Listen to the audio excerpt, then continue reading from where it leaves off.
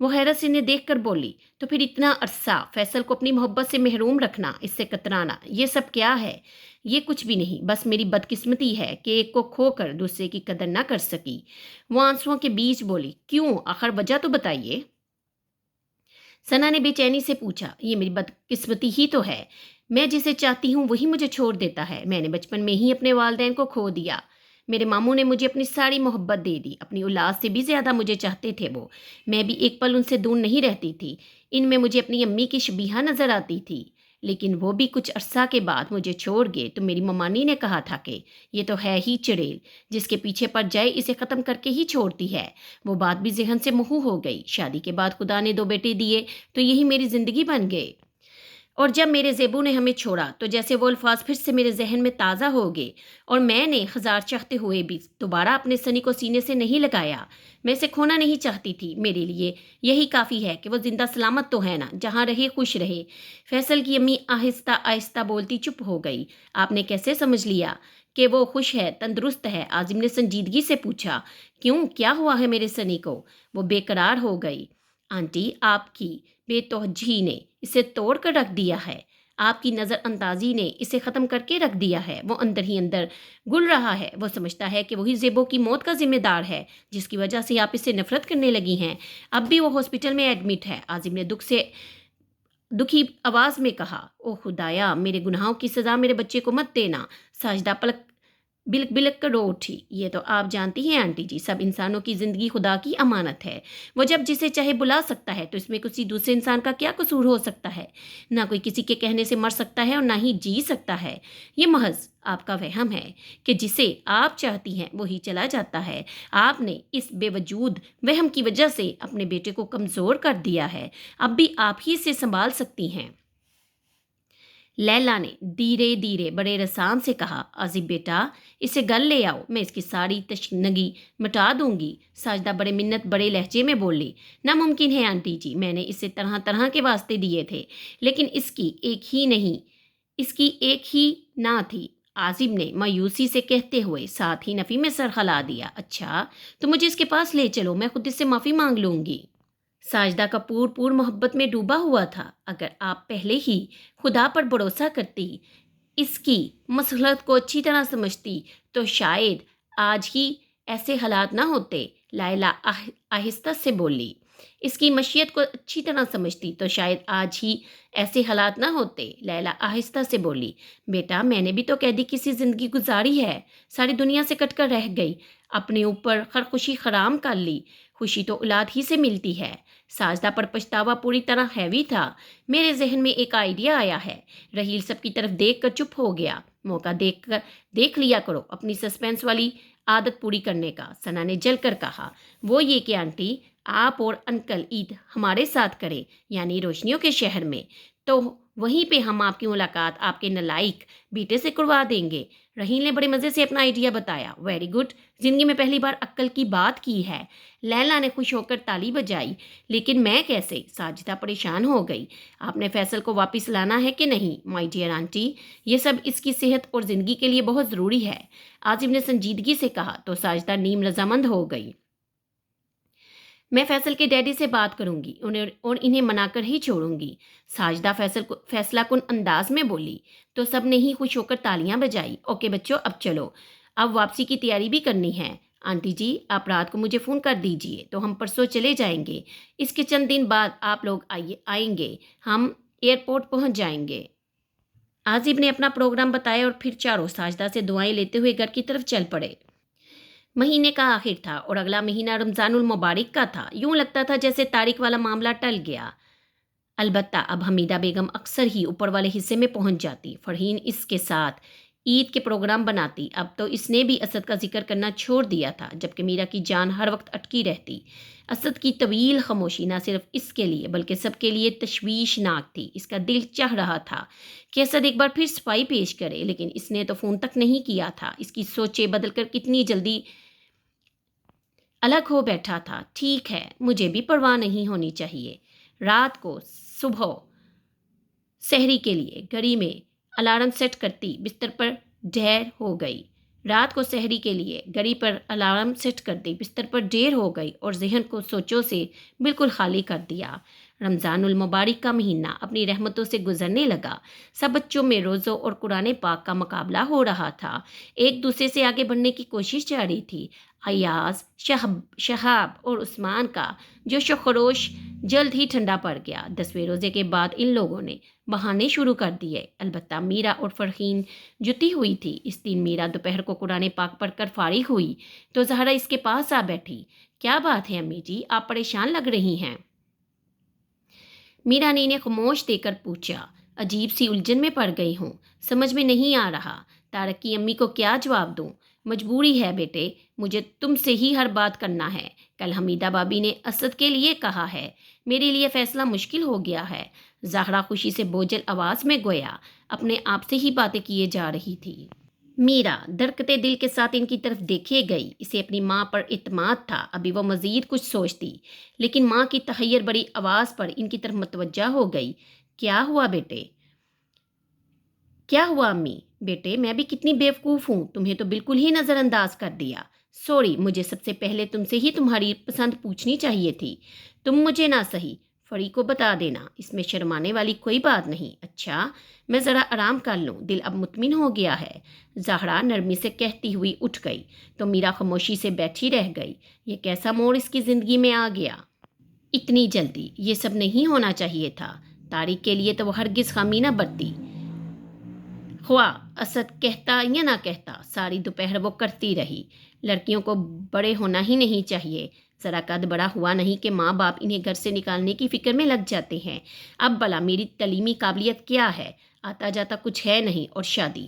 وہ غصے سے بڑبڑاتے ہوئے شادی کے نام پر اپنے آپ ہی شرما کر چپ ہو گئی۔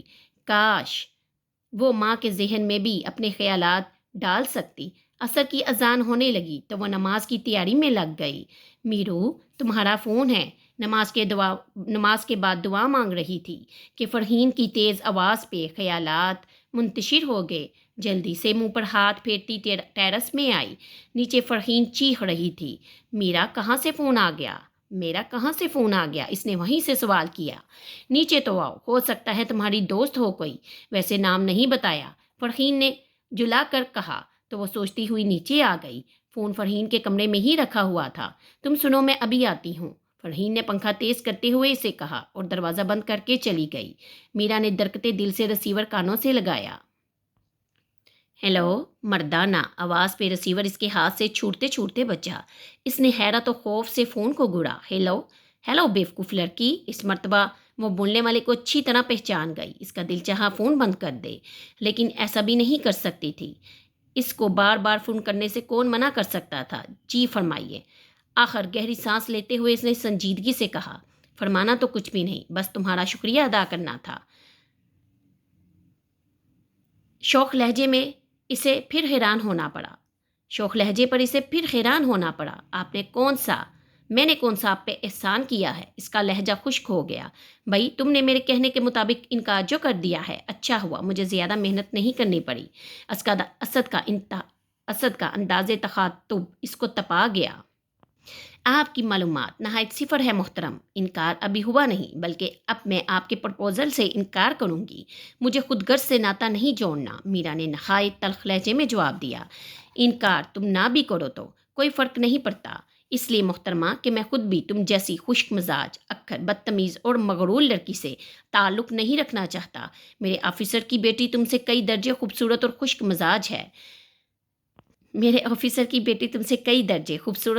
مزاج ہے۔ میں شاید عید پہ اسے امی سے ملوانے کے لیے لاؤں۔ Okay, see you. ویسے مجھے افسوس ہے کہ تمہیں اتنی گرمی میں نیچے آنا پڑا۔ Good bye.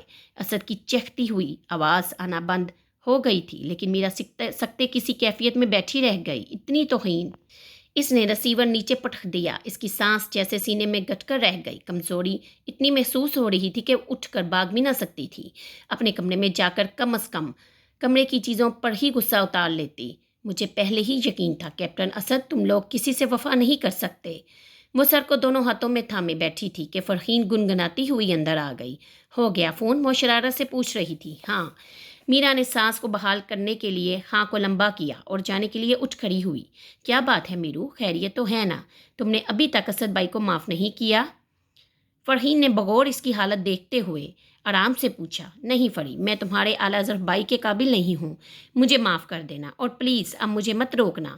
میرا نے آنسوؤں کی گھٹن میں بمشکل کہا اور تیز تیز قدموں سے اس کے پاس سے نکلتی چلی گئی۔ فرحین اسے حیرت سے جاتا دیکھتی رہی۔ موسم خوشگوار ہو گیا تھا، جس کی وجہ سے بقایا روزے خاصے آرام سے گزر رہے تھے۔ ثنا اور لیلا نے روزہ ہونے کے باوجود کئی جگہوں کی سیر کر لی۔ خوبصورت سرسبز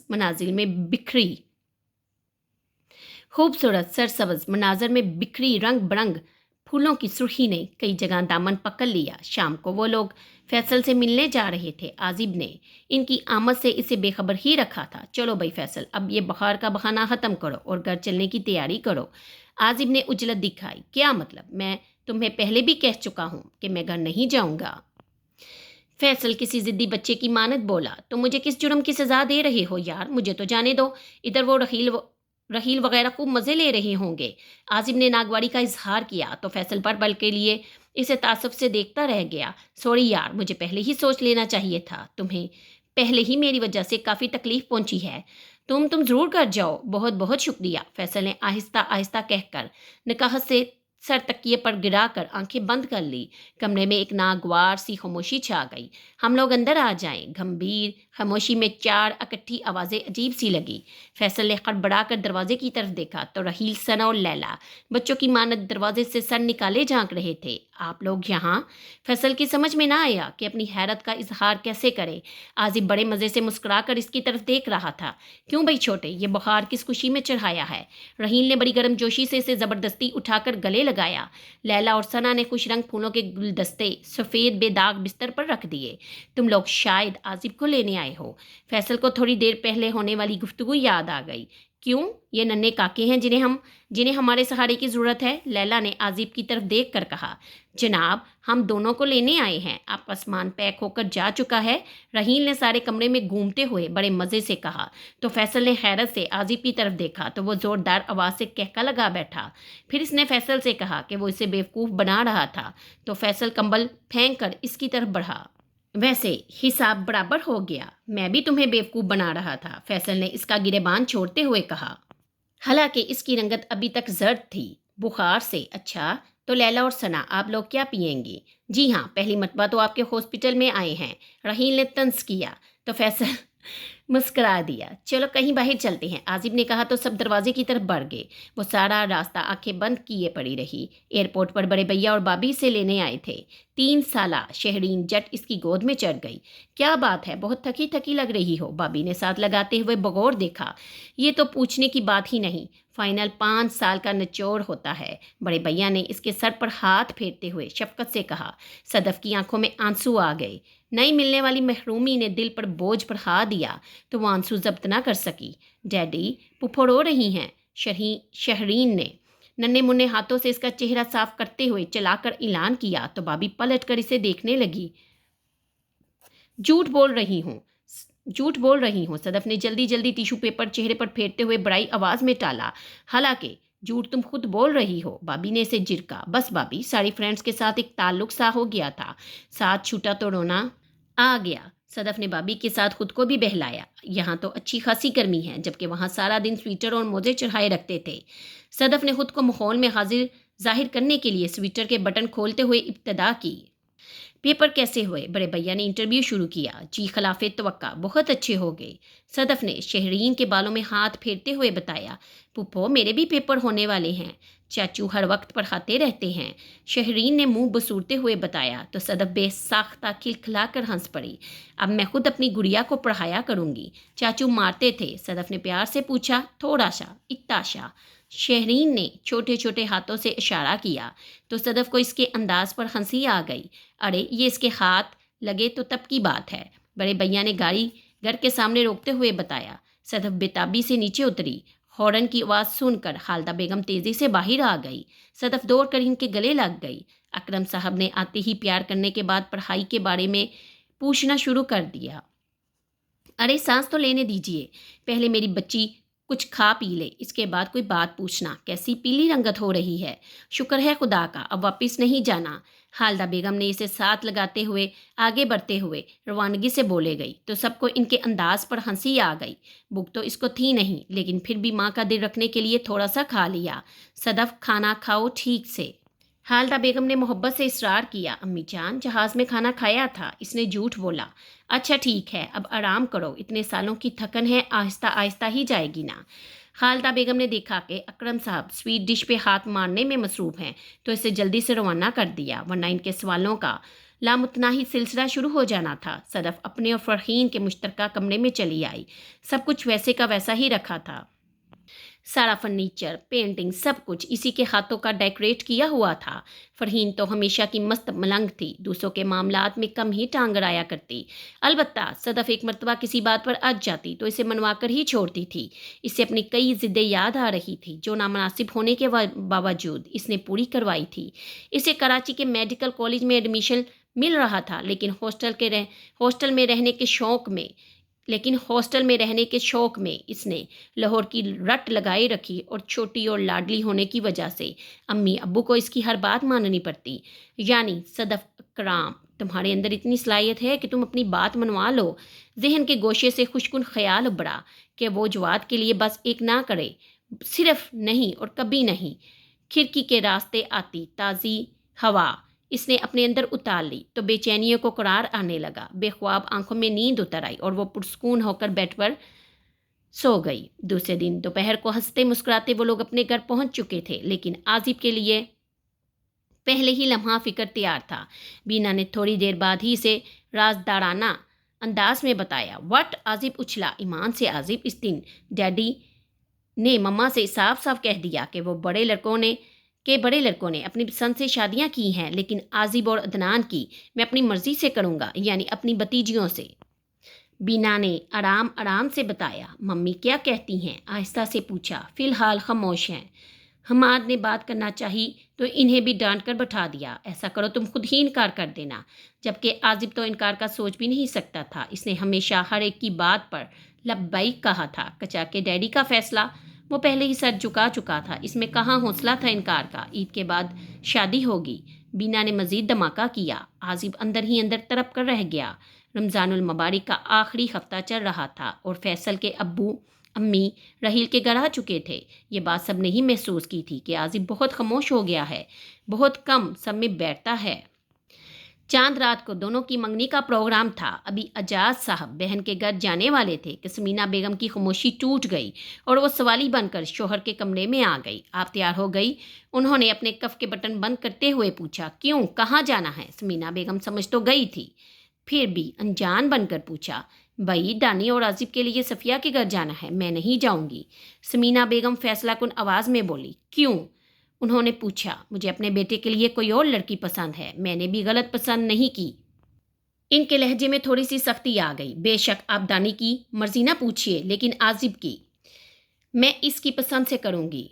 خصوصاً عازب ہی کی کیوں؟ انہوں نے تعجب سے پوچھا۔ اس لیے کہ اس نے آج تک کوئی کام اپنی مرضی سے نہیں کیا، ہم سے کچھ بھی نہیں مانگا، بلکہ سب کا کہنا آنکھ بند کر کے مانتا رہا، چاہے دل نہ بھی چاہتا ہو۔ اور اب جب کہ آگے ساری زندگی بچوں نے گزارنی ہے، ہم تو اپنا وقت نکال آئے، اب ان کا زمانہ ہے، انہیں اپنی مرضی کرنے دیجیے تاکہ وہ خوشی سے رہ سکے۔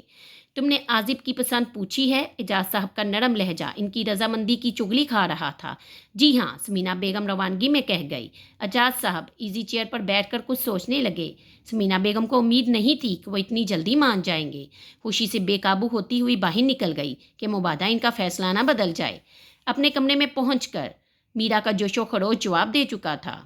وہ کمرہ لاک کر کے بیڈ پر گر کر گٹی گٹی آواز میں رونے لگی۔ میرا، ابھی طارق کو جواب دینا ہے، تم ہاں کر کے اسد کو مزہ چکھا سکتی ہو۔ اس کے اندر سے آواز اٹھی۔ نہیں، اس طرح بھی نقصان میرا ہی ہوگا۔ طارق کا تعلق بھی تو اسد سے ہی ہے، مجھے دونوں سے نفرت ہے، اللہ کرے دونوں مر جائیں۔ اس نے بیڈ پر مکہ مارتے ہوئے بڑے خلوص سے بددعا دی اور نئے سرے سے رونا شروع کر دیا۔ شاید روتے روتے وہ سو گئی تھی کہ دروازے پر ہونے والے دھماکے پر اس نے چونک کر آنکھیں کھولی۔ کمرے میں اندھیرا چھایا ہوا تھا۔ پل بھر کو وہ سمجھ ہی نہ سکی کہ معاملہ کیا ہے۔ باہر سے ماں کی آواز آئی تو جلدی سے اٹھی، لیکن رونے سے سر درد سے پھٹا جا رہا تھا۔ وہ دوبارہ بیڈ پر گر سی گئی۔ روزے کی وجہ سے گویا اس کی ٹانگوں میں جان ہی نہیں رہی تھی۔ دروازے پر دھماکوں نے شدت اختیار کی تو اس نے پھر سے ہمت جمع کی اور بالآخر دروازہ کھول دیا۔ اسے نہیں پتہ چلا کہ کون کون ہے، البتہ کافی سارے لوگ تھے۔ وہ زہرا کے گلے لگ کر دوبارہ ہوش سے بیگانہ ہو گئی۔ زہرا کا رو رو کر برا حال ہو رہا تھا۔ فرحین میرا کو اور حمیدہ بیگم زہرا کو سنبھال رہی تھی۔ عثمان میرا کے سرخانے خاموش سا بیٹھا تھا۔ سب کا یہی حال تھا کہ روزے میں کمزوری کی وجہ سے بے ہوش ہو گئی ہے۔ سب کا یہی خیال تھا کہ روزے میں کمزوری کی وجہ سے بے ہوش ہو گئی ہے۔ سکندر صاحب نے فوراً ڈاکٹر کو بلوا لیا۔ اس نے بتایا کہ زیادہ رونے کی وجہ سے یہ حالت ہوئی ہے۔ اس نے ہوش میں لانے والا انجیکشن دیا اور طاقت کی دوائیاں لکھ کر دی۔ سکندر صاحب نے ایاز اور شہاب کو ڈاکٹر کے ساتھ دوائی لینے کے لیے بھیج دیا۔ تھوڑی دیر بعد میرا نے آنکھیں کھولی۔ فرحین نے گلوکوز اس کے منہ سے لگایا۔ ٹھنڈے گلوکوز نے اسے خاصی حرارت دی۔ مجھے کیا ہوا تھا فری؟ امی کہاں ہیں؟ اس نے کمزور سی آواز میں پوچھا۔ زہرا جلدی سے اس کے قریب آ گئی۔ میرو بیٹے، اپنی جان پہ لینے کی کیا ضرورت تھی؟ مجھ سے صاف صاف اپنے دل کی بات کہہ دو۔ وہ اس کا سرد ہاتھ اپنے ہاتھوں میں دبائے بڑائی آواز میں بولی۔ میرا شرمندہ سی ہو گئی۔ تایا جان کو دیکھ کر میرا اٹھ کر بیٹھ گئی۔ کیا حال ہے میری بیٹی کا؟ انہوں نے اس کے سر پر ہاتھ پھیرتے ہوئے شفقت سے پوچھا۔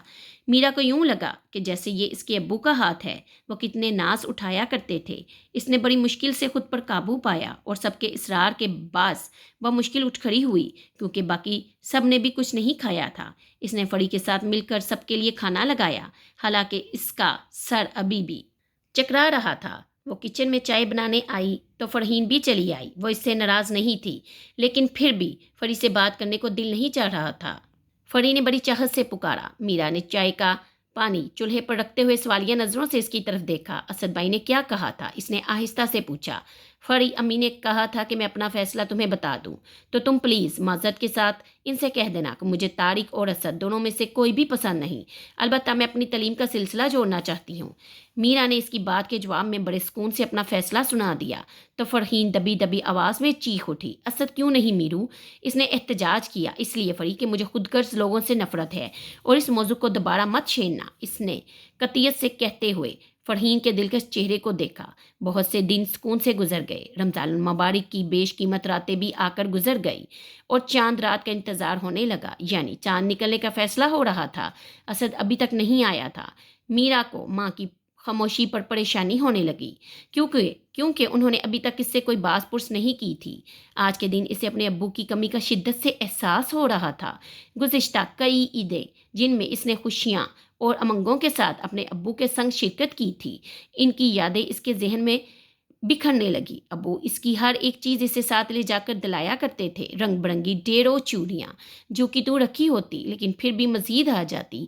وہ بھیگی پل کے لیے کھڑکی میں آ کر کھڑی ہو گئی، پھولوں کی مہک سے معطر ہوا اس کے بالوں کو بکھیرتی کمرے میں گھس آئی۔ ہر طرف ایک شور بپا تھا، چاند نظر آ گیا۔ ہر طرف ایک شور بڑپا تھا، چاند نظر آ گیا۔ عثمان چیختا ہوا اوپر بھاگا۔ میرا جلدی سے آنسو صاف کرتی ہوئی باہر آ گئی کہ وہ عثمان کو پریشان نہیں دیکھ سکتی تھی۔ کپڑے بنانے کی ضد نہ اس نے کی تھی اور نہ کسی نے اصرار کیا تھا۔ آپ ہی کل عید ہے، اسے دیکھ کر وہ نارمل سی آواز میں گویا اطلاع دے رہا تھا۔ مبارک ہو، میرا نے روندی ہوئی آواز میں کہتے ہوئے بغور بھائی کی طرف دیکھا۔ عجیب تھکا تھکا سا لگ رہا تھا۔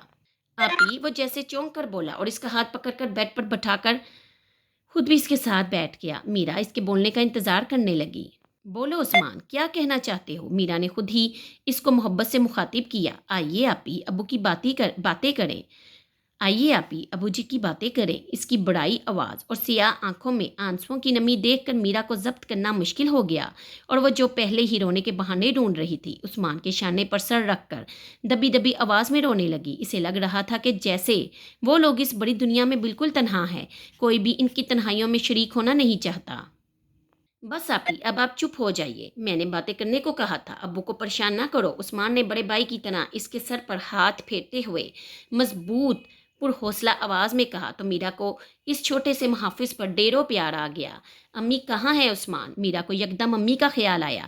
آج نہ جانے ان کی کیا حالت ہوگی، آئیے دیکھتے ہیں۔